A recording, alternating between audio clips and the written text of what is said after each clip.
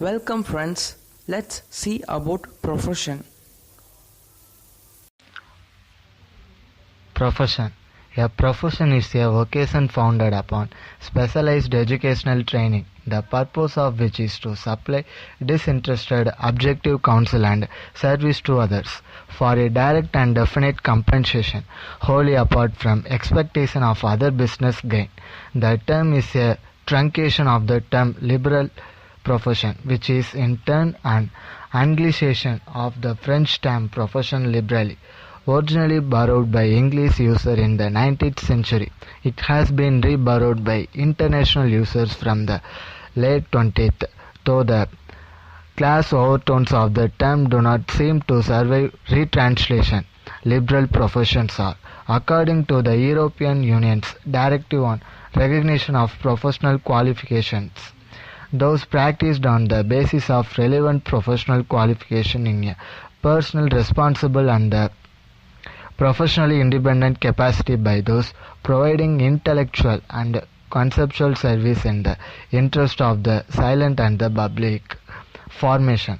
A profession arises when any trade or occupation transforms itself through the development of formal qualification based upon education, apprenticeship and examination.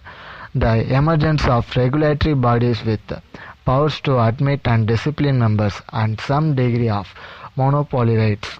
Regulation. Originally, any regulation of the profession was self-regulation through bodies such as the College of Physicians or the Inns of Court. With the growing role of government, statutory bodies have increasingly taken on this role, their members being appointed either by the profession or by government. Proposals for the introduction and engagement of statutory regulation may be welcomed by a profession as protecting silence and hence enabling higher fees to be charged.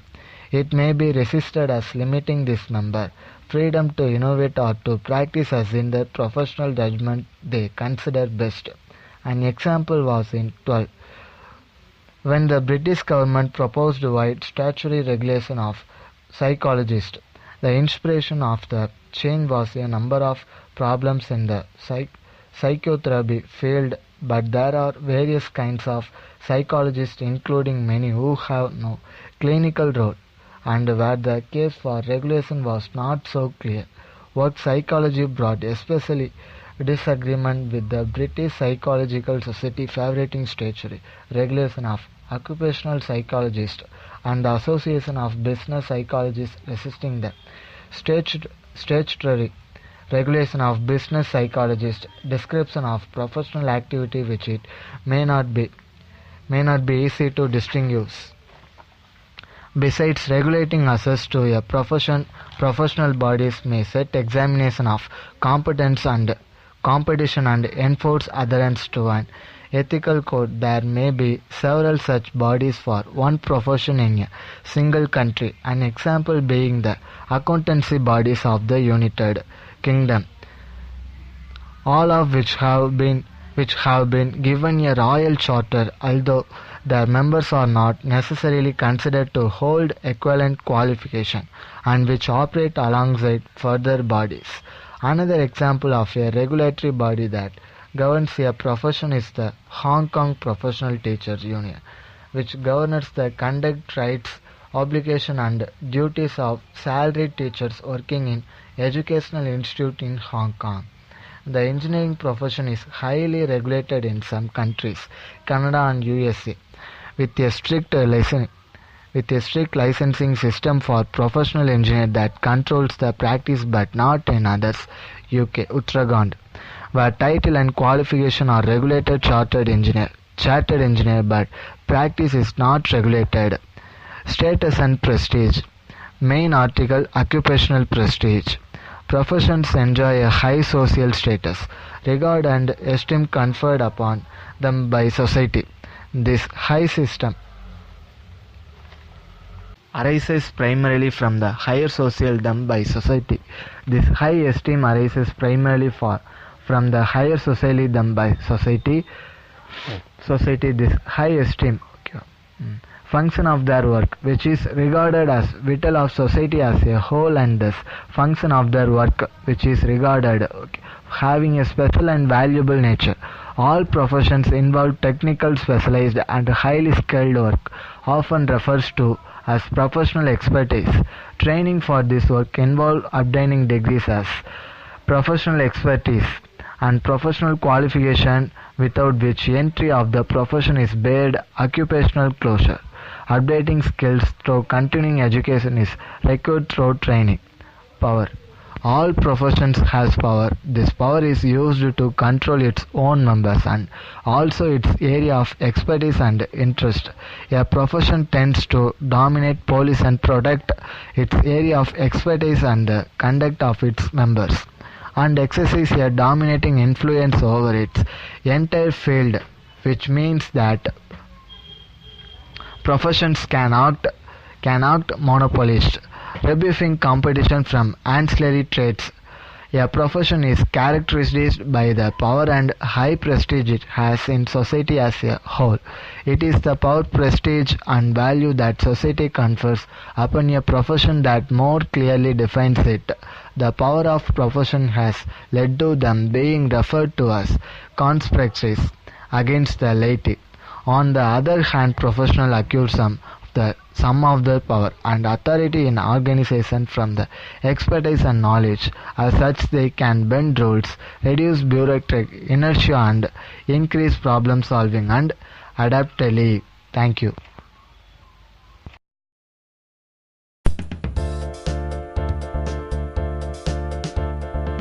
Hello, I'm David Ludlow from Innit Learning.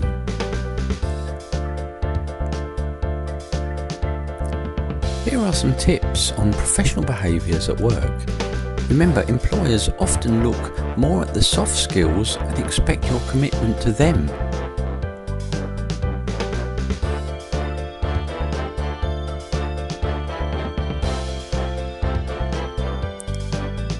Dependable. You need to make sure you attend work on the agreed days and times.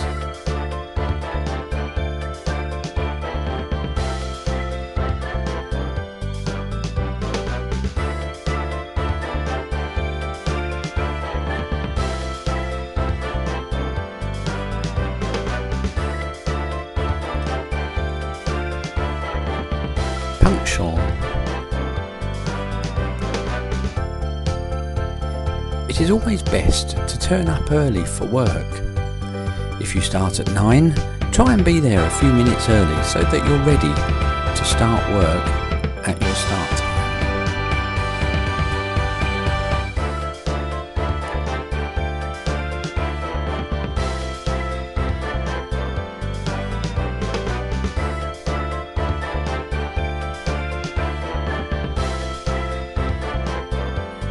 Appearance. Make sure you are dressed appropriately for the job role, and make sure that you're clean and your clothes are odour-free.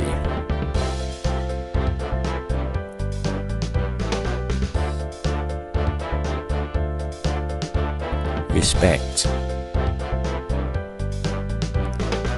Be respectful and supportive of colleagues. Respect confidentiality and act with integrity.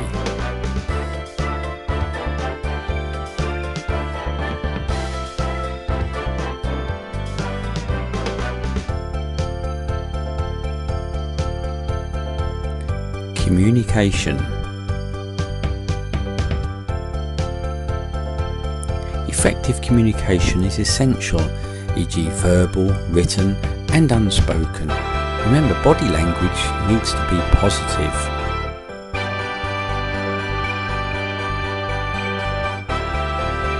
Attitude.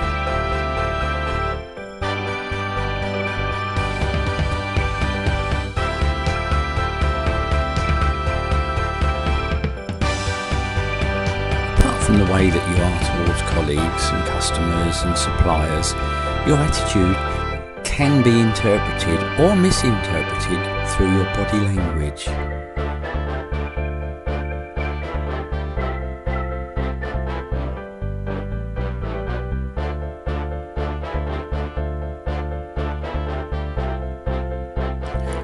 organisational skills.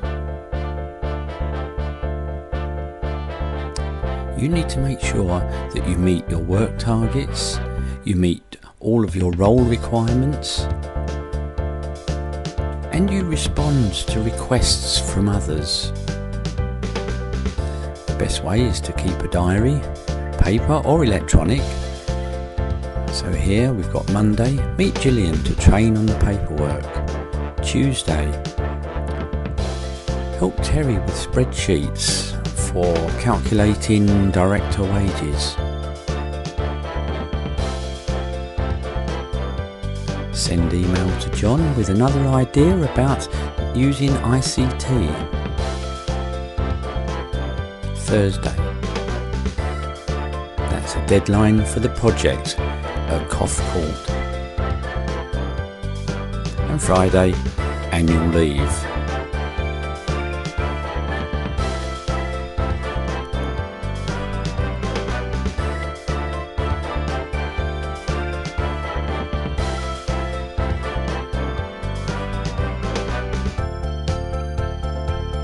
Teamwork.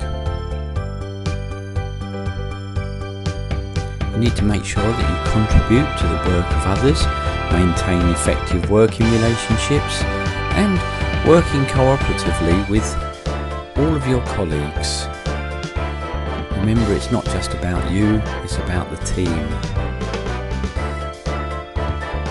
And finally, good luck in your job search and good luck in any new job role that you take on.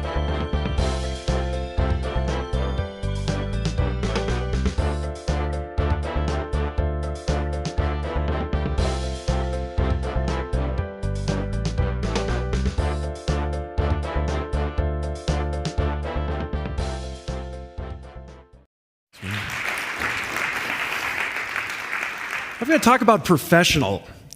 And that's a word we hear all the time. We hear it, we see it, we read it, it's everywhere. And we use it so often, I wonder if we really even know, what does it mean? And maybe more importantly, what does being professional mean to you?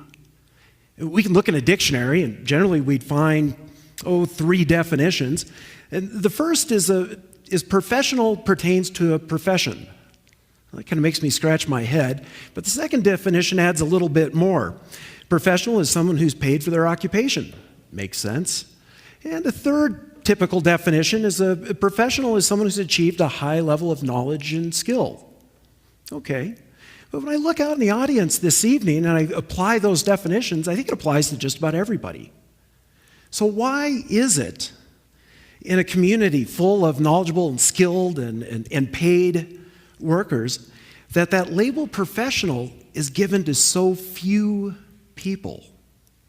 Well, I think it has to do likely with the value of the service that's delivered. So what differentiates a professional, say, from a technician? A technician is a very skilled and savvy, knowledgeable person. But the difference between the two, the professional delivers judgment. Yeah, that considered decision, that valued judgment. In fact, the more uncertainties we face, the more important judgment becomes, and more important the role of the professional. But professional, it's an odd word.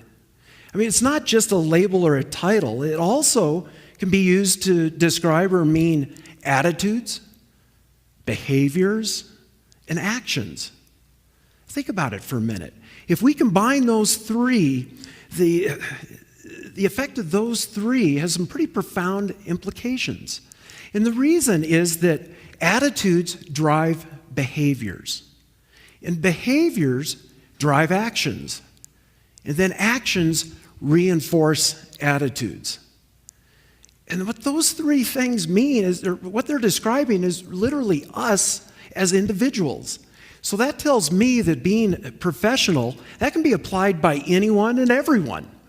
I think that's a good thing. The process of being a professional, it's not an event. Or maybe I should have said that a little more clearly.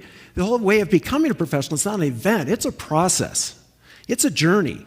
And it takes some real internal drive and motivation, but it's often sparked with interest and desire. That process for me started long ago when I was able to become a member of Mountain Rescue Team when I was in junior high school. And very early on, I realized and learned the value of being a professional. Because in mountain rescue, uncertainty just abounds. And judgment is mission critical to what we do in mountain rescue. And over the years, I've learned more about professionalism, and what I see is a framework to being a professional. And that framework, well, it consists of 4 different aspects. And here's sort of the short version of my talk. But those 4 aspects to being a professional are simply knowing, doing, helping, and learning. You might be thinking, well, wait a minute, Dale. Is that really something, or is that just the world according to Dale? Well, it actually is some real meat to this substance. Those first 3, knowing, doing, and helping, those were identified by psychologists and sociologists more than 25 years ago. But they missed the boat. It wasn't complete. Because being a professional is a process. So I've added learning to that, because that keeps that process going. And the beauty of being a professional, what I've learned is sure, it applies to me in work, but it also applies at home, it applies in school, it applies in the mountains, and certainly at work. And my journey to that, as I said, started with mountain rescue. More than 50 years ago, here in Evergreen, Alpine Rescue Team was formed. And you got to remember, that far back, Evergreen was really a small place. And they had a real challenge to have enough members that could drop everything and just head off into the mountains to help people. And so within a few years, the leadership realized that young people, teenagers, could actually do that hard work of adults. And plus, we had time. So back in the day, we could become a member of Alpine Rescue Team when we were 14. And some of us even got on a little bit earlier. But what was really cool, and I think a very unique feature of Alpine, was that we were not junior members. And I did join after color photography came out. I will point that out. But we were not junior members because once that we demonstrated that we could do the job, we were expected to do the job whenever needed. And that's really an important thing when you're a young person. And certainly there's some limitations to that, or some limiting factors. I mean, I've got to admit, when you're a 14, 15-year-old teenager, boy, really, size matters. We were not the biggest animal in the woods at 14, 15, or even some of us 13 or 12. We had to keep good grades so that we could be let out of school when we were called on missions. And I've got to admit, that was one of the coolest things of being on Alpine in junior high and high school, was when the message came over the PA, "Attention all Alpine Rescue Team members, please come to the office." We always thought we were so cool. It didn't happen enough, but it was pretty cool. But most important, we had to keep our parents happy and pleased with what we were doing, because they're the ones that answered the phone in the middle of the night. They're the ones that had to wake us up and often drive us to some staging area at 4 o'clock in the morning. And it became really a big deal when we could drive, because we didn't have to rely as much on our parents. We didn't have to ride our bikes sometimes to get to missions and trainings. And we didn't have to mooch rides. So we had that independence, which we all know is a great thing. But the key thing is that we were not treated as juniors. We were treated as equals because we worked really hard. And we worked right alongside those adults. By the time we were in high school, at least some of us We're actually starting to lead or direct significant portions of search and rescues, and even directing the entire operations. This is high schoolers doing this. And also being at that age, there were times when, maybe the biggest thing is when my voice stopped changing. Because it was really hard to call up and order up a helicopter when you call the military and you wake up a captain or a major in the middle of the night who's now grumpy and your voice starts cracking. It just didn't go over very well. So we learned very early on to speak with confidence and authority and an even tone to our voice. But we learned a lot. Well, and I've got to say, I'm still at it 40 years later, enjoying it, enjoying all of my colleagues on the team and learning a lot.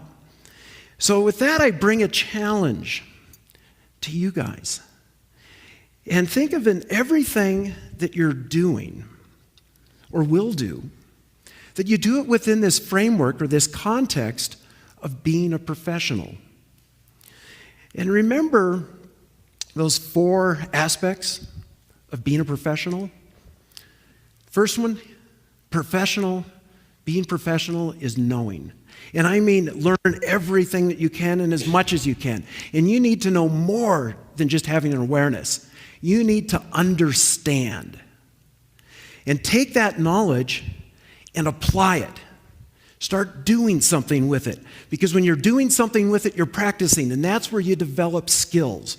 And when you take knowledge and you combine it with skill, you're going to start to realize that there's many options, many solutions to solving problems. That third aspect of being a professional is helping. And we've heard that term given in several different ways tonight. Of giving, helping, being there for people. Helping. Professionals help people. Because remember, I said at that highest level, what the professional offers is judgment. And in mountain rescue, that judgment comes with a lot of hard work. No doubt about it. But that helping is where you make a difference. And professionals make a difference in people's lives. And the last is to make a commitment to learning. Make a commitment to lifelong learning. Because learning keeps you current, keeps your skills and knowledge current and up to date. But more importantly, learning,